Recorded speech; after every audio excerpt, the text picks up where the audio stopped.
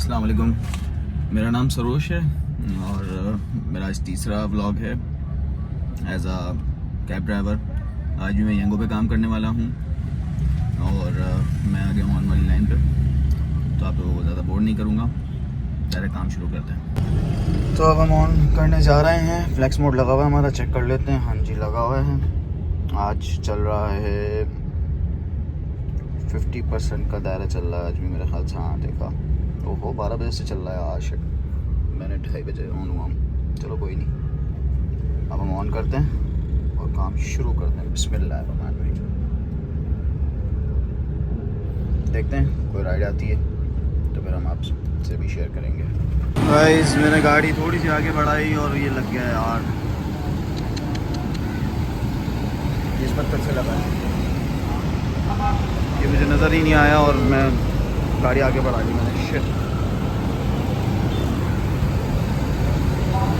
चलें क्या कर सकते हैं, पूरे स्क्रैच आए और ये। तो जी गाइस, हमने पहली राइड कंप्लीट कर ली है अपनी और हमारे साथ बहुत बड़ा स्कैम हो गया जो कि येंगो कंपनी ने ख़ुद किया। वो स्कैम ऐसे किया कि मैं बैठा था फ्लैक्स मोड लगा के। जो भाई काम करते होंगे उनको पता होगा फ्लैक्स मोड क्या है। फ्लैक्स मोड लगा के बैठा हुआ था मैं, रिलैक्स करके। राइड्स आ रही, मेरे मतलब की नहीं आ रही थी, मैं उनको स्किप कर रहा था। अचानक से खुद ब खुद, मैंने कुछ नहीं किया, मोबाइल रखा हुआ था साइड में, अचानक से वो ऑटोमेटिकली फ्लैक्स से मैक्स पे स्विच हो गया। और फिर जो राइड्स आने लगी मुझे लगा फ्लैक्स पे ही आ रही हैं, तो मेरे मतलब की नहीं थी, मैंने उनको स्किप कर दी। लो जी, अचानक पता लगा मुझे कि मेरे प्रो लेवल्स माइनस हो रहे हैं। मेरा दिमाग घूम गया। मैंने सपोर्ट पे जाके फिर खूब सुनाई उनको, खूब मैसेजेस करे। मैंने कहा मुझे मेरे प्रो लेवल्स वापस दो। अब वो फजूल से रीज़न दे रहे हैं कि हमारे पास मैक्स मोड जो है उसको आप, ऐसा हमने ऑप्शन ही नहीं दिया है कि आप एप्लीकेशन से खुद स्विच कर सकें। मैक्स मोड हम स्विच करके देंगे आपको, जब हमें ज़रूरत लगेगी तो हम आपको फ्लैक्स से मैक्स पे स्विच कर देंगे। मैंने कहा ऐसा तो कुछ भी नहीं होता, मैं तो रेगुलर काम करने वाला हूँ। तो पहले तो कभी नहीं देखा। तो बोले नहीं, हमारे पास ऐसी पॉलिसी है, आपको गलतफहमी हो रही है, आपके एरिया में डिमांड ज़्यादा थी जिसकी वजह से हमने आपको फ्लैक्स से मैक्स पे स्विच कर दिया और आपने जो राइड्स मिस करी हैं वो फिर इस तरह से वेस्ट हो गया आपका प्रो लेवल। मेरे तो समझ में नहीं आया उनका ये रीज़न क्या था। बहरहाल मैंने बहुत कोशिश करी उनसे बात करने की कि भाई मेरे प्रो लेवल्स वापस दे दो, लेकिन उन्होंने नहीं माने, उन्होंने नहीं दिया अभी तक मुझे मेरे प्रो लेवल्स वापस। अब बड़ा नुकसान हो गया प्रो लेवल्स का। एक तो प्रो लेवल्स की वैसी बड़ी मारामारी चल रही होती है कि अपने प्रो लेवल्स बचा के चलने होते हैं, प्लस पॉइंट ये फिर लेने के देने पड़ गए। तो खैर अभी मैंने वहीं से ही जहाँ पे 50% का दायरा लगा हुआ था वहाँ से एक राइड उठाई। लंबी राइड आई थी। न्यू कराची में बैठा हूँ मैं इस वक्त और फेयर थोड़ा सा मुनासिब था। 700 रुपये पैसेंजर से लेने थे और 300 रुपये समथिंग का बोनस लगना था, तो 1000 रुपये की पड़ रही थी ये 10 किलोमीटर की, 10-12 किलोमीटर की। तो मैंने इसलिए उठा लिया। अब यहाँ बैठा हूँ, यहाँ से वहाँ जाना है मुझे वापस ब्लू जोन एरिया में, तो मुझे नहीं मिल रही अभी कोई राइड। अब मैं बैठूंगा यहाँ पे, ख्वार होऊंगा, इंतज़ार करूँगा, फिर कोई राइड मिलेगी तो उसके बाद फिर मैं उस तरफ जाऊँगा। देखते हैं क्या बनता है। अभी मैं अगर आपको दिखाऊँ तो मैं बैठा हुआ हूँ इंतज़ार में। मलीर की आ रही है, कराची वेस्ट की आ रही है, सुरजानी टाउन नहीं, हमारी तरफ की कहीं की नहीं आ रही, ब्लू जोन की कहीं की भी नहीं आ रही। चलें कोई बात नहीं, इंतज़ार ही कर सकते हैं अब हम। कोई राइड मिलती है तो फिर आपको अपडेट देते हैं। तो गाइस अल्हम्दुलिल्लाह हमने दूसरी राइड उठा ली है। फेयर इतना मज़े का नहीं है, लेकिन चलो यहाँ से तो निकलेंगे ना, मैं आपको दिखाता हूँ। इनको यहीं से उठाना है 1 किलोमीटर की दूरी से और इनको पापोश नगर लेके जाना है नाज़िमाबाद में। इनसे रब्ता करते हैं और फिर देखते हैं क्या पोजीशन है। तो हमारी बात हो गई है कस्टमर से, अब हम चलते हैं कस्टमर की पिकअप लोकेशन की तरफ। तो हम जा रहे हैं कस्टमर की पिकअप लोकेशन की तरफ। यहाँ से कोई 900 समथिंग किलोमीटर्स अभी बता रहा है दूर।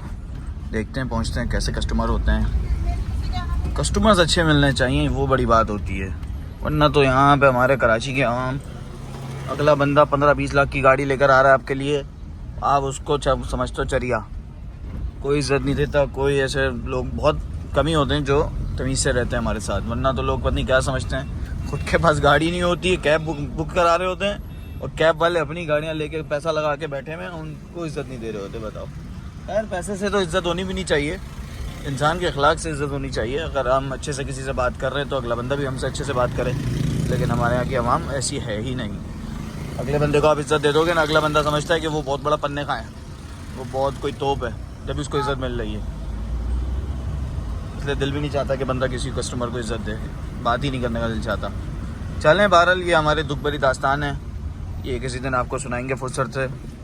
फ़िलहाल हम पहुंचते हैं लोकेशन पे, पिकअप लोकेशन पे। ये भी यहाँ से आगे जाने को कह रहा है। ये है आगे पावर हाउस चरंगी, पावर हाउस चरंगी है ना, ये पावर हाउस चरंगी है और ये सारे यहाँ के मनाजिर हैं। चलें पहुँचते हैं, फिर आपको अपडेट देते हैं। तो गाइस हम पहुँच चुके हैं कस्टमर की पिकअप लोकेशन पे। माशाल्लाह से मस्जिद इतनी प्यारी है, लोकेशन बता रही है कुछ यहाँ से सीधा। तो देखते हैं, कस्टमर की लोकेशन पे पहुँच के उसको उठा के उसको नाज़िमाबाद में ड्रॉप करते हैं। उसके बाद फिर हम आपसे वापस जुड़ जाएंगे। तो गाइस हमने अपनी दूसरी राइड कंप्लीट कर ली है। हम हैं इस वक्त पापोश नगर में, ये नाज़िमाबाद का कोई इलाका है, बिल्कुल पहाड़ी नुमा।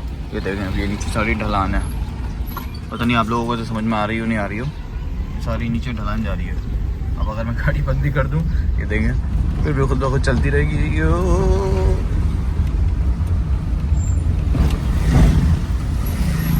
खड्डे पूरी गाड़ी की ऐसी की तैसी कर देते हैं यार, क्या करे बंदा, कहाँ जाए। चलें अब देखते हैं, चेक करते हैं कहीं रोकने की जगह मिल गई तो यहाँ बैठ के देखते हैं हमारा ब्लू जोन हमारे से कितना दूर है, फिर हमें ब्लू जोन में जाना पड़ेगा। अच्छा, इस राइड से हमने 650 रुपये लिए हैं, पैसे भी मैंने आपको बता दिए। ठीक हो गया, थोड़ा सा गाड़ी को भी ठंडा कर लेना यार, वैसे तो ठंडी ही है लेकिन फिर भी थोड़ा और ठंडा हो जाए, अच्छी बात है। चलें देखते हैं, कोई दूसरी राइड पकड़ते हैं, उसके बाद आप लोगों से रब्ता करते हैं। अच्छा जी, एक चीज़ तो मैं दिखाना भूल ही गया, ये हम पापोश नगर वाले कब्रिस्तान के बाहर खड़े हैं। ये देखें, यहीं से ना आ जाए कोई राइड,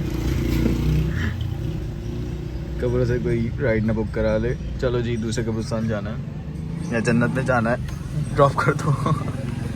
चलें अब हम मोबाइल ऑन करते हैं अपना, फिर आप लोगों को अपडेट देते हैं।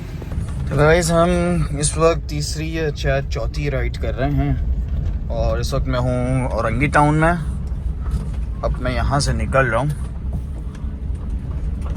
ये मैंने ब्लू जोन से बाहर आ गया था, मैं ब्लू जोन से राइड उठाई थी तो औरंगी टाउन की आ गई, अब मैंने उठा ली तो यहाँ पे ब्लू जोन नहीं था। तो फ़िलहाल मैंने ब्लू जोन में जाने के लिए जो राइड आई मैंने उठा ली। अब ये राइड है वहाँ गुलशन की, प्रैक्टिकल सेंटर की तरफ इनको लेके जाना है, वहाँ पे अल्लाह करे हो ब्लू जोन, ताकि हम अपना वापस ब्लू जोन में काम करना शुरू करें। ये राइड मुझे पता है बहुत घाटे की होगी, इसमें कोई प्रॉफिट नहीं होगा, रेट टू रेट लेके जाना पड़ेगा मुझे इस राइड पे, लेकिन खैर होती है। अब हमें जोन में भी तो जाना है ना, खाली फुकट जाने से बेहतर है कि कुछ पैसे ही आ जाएं पेट्रोल के। तो ये है सारा सिनेरियो। तो पिकअप लोकेशन में पहुँच के हम आपको अपडेट देते हैं। तो ये कुछ इस तरह का इलाका, अगर आप लोग देख सकें तो। यहाँ पे तो संडे वाले दिन एक अलग ही माहौल बना हुआ था, ऐसा लग रहा था ईद का दिन है। सब लोग नए नए कपड़े पहन के और हाई रूफ में स्पीकर्स लगा के, डिग्गी छत खोल के, डिग्गी दरवाजे खोल के वो मज़े से मतलब ना एंजॉय कर रहे हैं अपना संडे। तो मैंने कहा यार ऐसी होती है ज़िंदगी में पैसा सब कुछ नहीं है, एंजॉय करना होना चाहिए इंसान को। देखो संडे के संडे एंजॉय कर रहे हैं वो लोग। चलें हम तो अपना काम करते हैं और फिर आप लोगों को अपडेट देते हैं क्या हो रहा है क्या नहीं हो रहा। मुझे तो डर लग रहा है अब मोबाइल चलाते हुए भी, पता नहीं, अल्लाह खैर करे बस। चलें पहुंच के आपको अपडेट देते हैं। बहुत बुरा वाली ख्वारी हुई है मेरी, हुआ ये औरंगी टाउन की एक राइड आई, उस राइड ने आके समझें कुछ इस तरह का सीन था। अगर मैं रुके एक सेकंड में बताता हूँ आपको। हाँ, औरंगी टाउन से मुझे बुलाया गया कि जी आप आ जाएं, कोई लेडीज़ थी, बात हो गई थी उनसे फ़ोन पे ना, तो उन्होंने कहा जी आप आ जाएं, हम वेट कर रहे हैं। अब जो उनका पिकअप लोकेशन, वहाँ बनी हुई कोई बहुत बड़ी मार्केट, और इतनी बड़ी मार्केट कि वहाँ पैदल चलने की जगह नहीं है। लोगों का हुजूम, बहुत बड़ा हुजूम लोगों का ना। अब जी जैसे तैसे मैंने पूरी मार्केट में बीच में घुसेड़ दी कि इस आसरे में कि मुझे रास्ता मिल जाएगा, लेकिन वो रास्ता आगे जाते जाते पूरा ही बंद हो गया। अब मैंने उन मैडम को फ़ोन किया, मैंने कहा मैडम आपसे सिर्फ 100 मीटर का फासला रह गया, आप इस तरफ आ जाएं, मैं यहाँ से आगे नहीं बढ़ पाऊँगा, यहाँ से पीछे भी कैसे निकलूँगा मुझे नहीं पता, लेकिन मैंने चले आपके लिए इतना कर लिया। वो मैडम ने सामने से कहा जी मैं कुछ नहीं जानती, आपको मेरे घर के गेट पे आना है, आप चाहे आधा घंटा लगाएं 1 घंटा लगाएं, आप मेरे घर के गेट पे आएंगे। मैंने कहा अच्छा जी ठीक हो गया। मैंने कहा मैडम फिर जो बंदा आपके घर पे आ जाए ना आप उसी को बुला लें, मैं ये राइड कैंसिल कर रहा हूँ।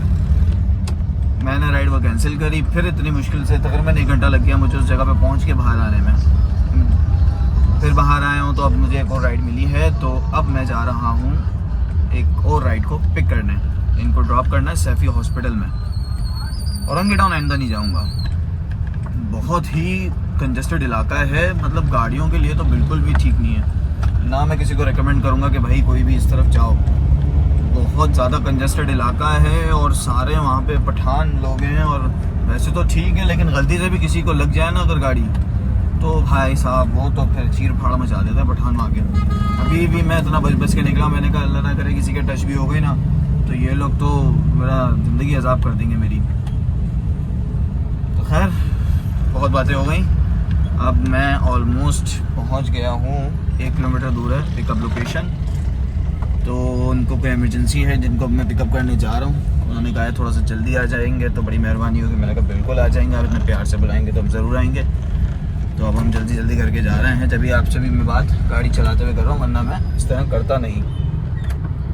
तो चलें अब हम पहुँचते हैं। अब हमें है वहाँ पे मैट्रिक बोर्ड ऑफिस में, मैं आपको दिखाता चलूँ। बहुत ही ज़्यादा कंजेस्टेड है भाई। अच्छा जी अभी हम आ गए हैं मैट्रिक बोर्ड ऑफिस के सामने वाला पंप, वो सामने बोर्ड ऑफिस है और लोकेशन बता रही है कि हमें सर्विस रोड से जाना है। अच्छा जी ठीक है चले जाते हैं सर्विस रोड से। इन सब चक्करों में ना अब मेरी गाड़ी है पेट्रोल पे, तो मेरे लिए बड़ी मुसीबत ये हो जाती है कि मेरी गाड़ी एवरेज देती है 8 की। जैसे तैसे काम तो कर रहा हूँ मैं इस गाड़ी पे पेट्रोल पे ही, प्लस फिर मैं हाई ऑक्टेन डलवा रहा हूँ।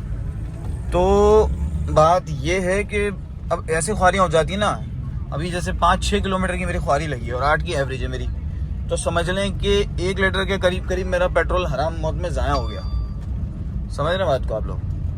तो ये है सारी बात। अब इस जगह पे आके इंसान का खून जलता है कि यार अब ये क्या मजाक है, ये देखें पेट्रोल मेरा कहाँ आ गया। और अभी तक मेरे पेट्रोल के पैसे भी पूरे नहीं भा रहा है कि मैंने जितने का पेट्रोल डलवाया वो भी मुझे मिल जाए, और मेरा लॉस हुए चले जा रहा है। लोग बुला के मुझे ख्वार कर रहे हैं, तो ये सब बहुत होता है। इसलिए कहते हैं कि जी आप गाड़ी ऐसी रखें जिसका फ्यूल एवरेज बहुत अच्छा हो।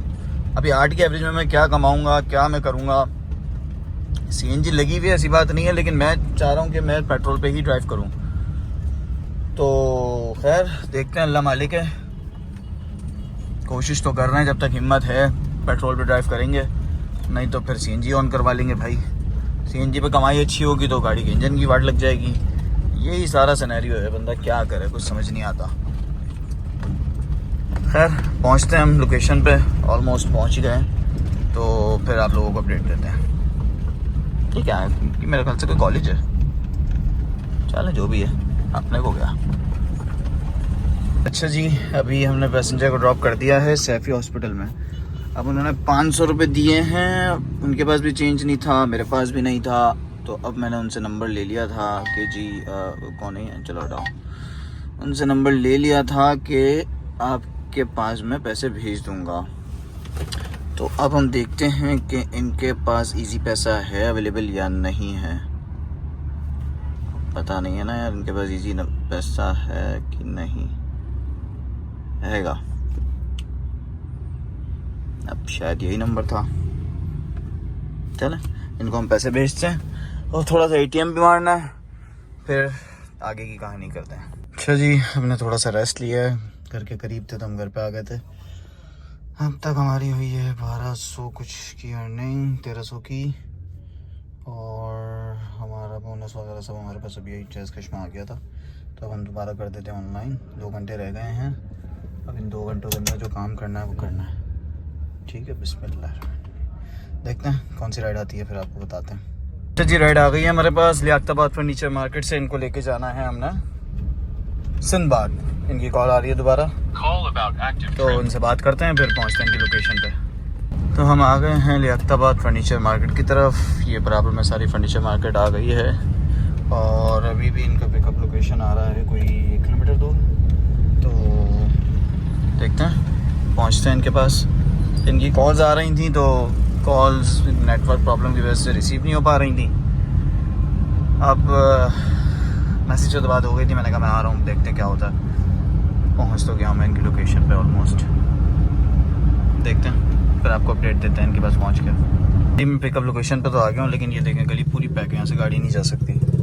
और इनको ये गली के एंड में, पिकअप लोकेशन इनकी गली की एंड में, तो मैं भी यहीं पर इंतज़ार कर रहा हूँ। इनसे मैंने बोला है कि आप अगर इस तरफ आ जाए तो आपकी मेहरबानी हो। अब देखो वो क्या करते हैं। अच्छा बंदा होगा तो इधर आ जाएगा चल के।